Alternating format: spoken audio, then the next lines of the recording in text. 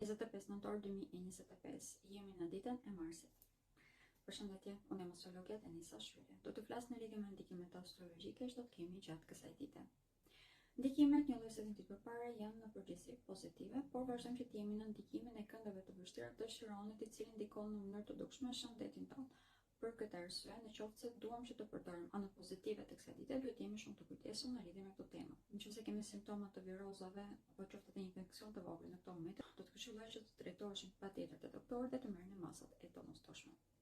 Ndërkohë që përveç këtyre kemi ndikime shumë pozitive, duke qenë se në këto momente vazhdojmë që të kemi një trekëndësh, kjo ndikon në mënyrë shumë pozitive në çdo aspekt të jetës tonë, sidomos në çështje sentimentale. Kemi pothuajse një shërim të plotë të gjitha tematikave që kanë të bëjnë me fobit. Po ashtu për të gjithë ata që vuajnë me nënvlerësimin, do të na gjejmë pranë personave të cilët do të na tregojnë vlerën tonë të vërtetë.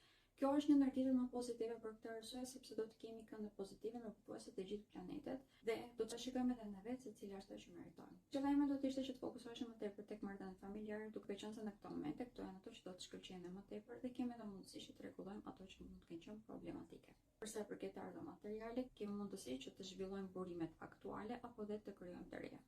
Por të mos harrojmë që vazhdojmë që të jemi gjatë retrogradës së Merkurit, prandaj edhe nuk këshillohet që të firmosim kontrata. Ndërkohë që përdorimi me kujdes i automjeteve apo bërja kopje të gjitha dokumenteve digjitale vazhdojmë që të jetë efektive.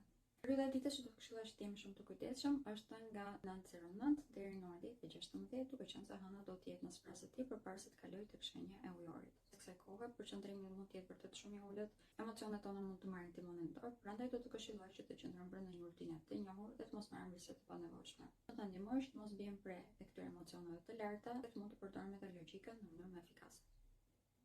Faleminderit të gjithëve dhe më ndiqni për informacione të tilla në lidhje me astrologjinë dhe mënyrën.